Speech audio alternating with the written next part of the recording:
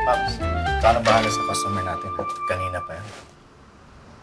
Inaantay lang yung ka-date niya. Ako, paano yun? Eh, baklak out na rin ako eh. Kaya mo na. Pero, teka. Sige, ako lang bahala. Sige, sige.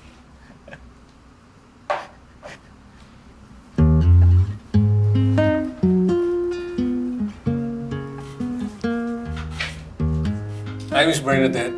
Kung nga pala si Bert, I will be your waiter. Nag-clock out na kasi si John. May kailangan po kayo. Wala naman, Bert. Okay lang ako. May inaantay lang. Eh, baka ho nagugutom na kayo sa kakantay. Baka gusto niyo muna umorder. Sige nga, medyo nagugutom na rin ako eh. Ano bang pwedeng orderin? May marirecommend ka ba? Masarap po yung bruschetta.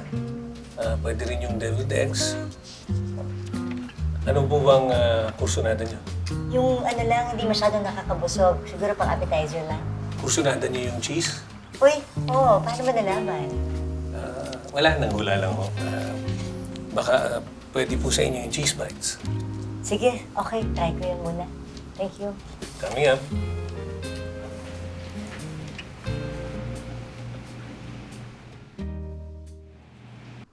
Kamusta po, ma'am? Tagal pa po ba? Ay, nako. Sobrang late na kasi ng date ko, Bert. Parang hindi na pinapahalagahan yung oras ko. Kaya namang umalis. Eh, ganyan po talaga. Alam niyo naman ho dito. Medyo ma-traffic. Kaya konting tiyaga lang po. Antay-antay lang. Ano pa nga ba?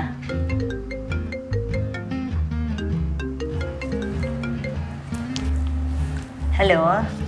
Bernadette, hintay ka lang. May inaasikaso lang ako importante. Ha? Gaano pa katagal yan?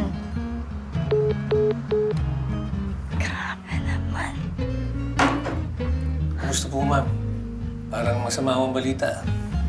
Hay, nako. Kesyo meron daw siyang mahalagang inaasikaso. Mahalaga?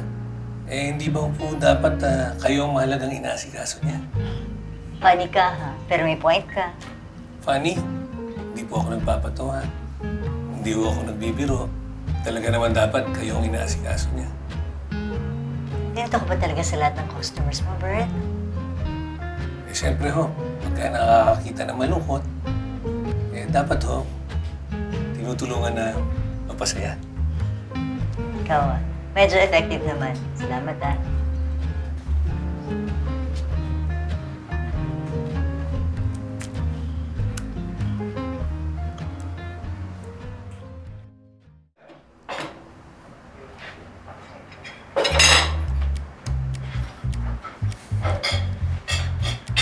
Miss Bernadette, nag-clock out na po pala ako. Pero nagpili na rin po ako dun sa papalit sa akin. Para meron mag-alaga sa inyo dito. Pero kung okay lang sa inyo, habang nag-aantay kayo, samahan ko na lang kayo. Talaga? Sige nga, please. Pero hindi ba makakaabala sa'yo? Baka may lakad ka pa. Naku, hindi naman po, ma'am. Ako nga po nung nahihiya sa inyo. Ngayon ka pa talaga nahiya, ah. Eh, syempre po, ma'am. Una-una, may date kayo. Pangalawa, waiter lang naman ako dito.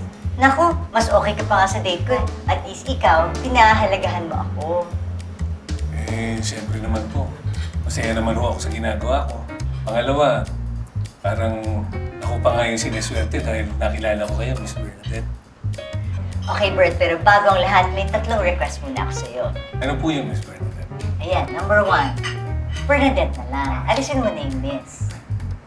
Okay po, Miss Bernadette. Oh, kakasabi ko lang eh. Okay po, Bernadette. Ayan, pangalawa, masyadong formal. Huwag mo nang alisin mo na yung po. Hindi naman ako nakakatanda sa'yo eh. Baka ka pa nga mas matanda sa akin eh. Okay, Bernadette. Ayan. Sensya na, naninibago lang. Ano yung ikatlong request mo?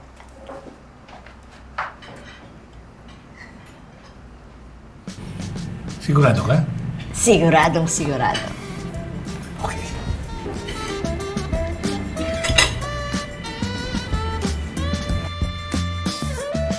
Bernadette, here's your take-up.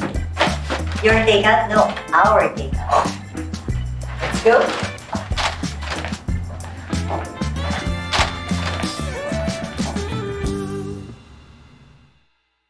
Yes, boss. No problem, boss. Ako pa. Wala tayong inuurungan, boss.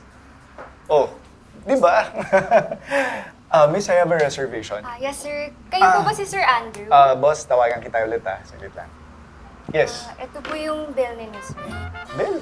Pasensya na po talaga. Sarado na po yung kusina Ano to? namin. Our lunch service is finished, but we'll open later for dinner. Asan ang kadate ko? Hindi naman ako kumain ito, Tama po, pero nag-order po kasi yung kasama nyo at may pinasasabi siya. Ano pinapasabi niya? Ang sabi ni Miss Bernadette, ang waiter marunong mag-wait. Pero ako hindi. Bye. Sir, will you be paying cash or card po? Card. Bilisan mo,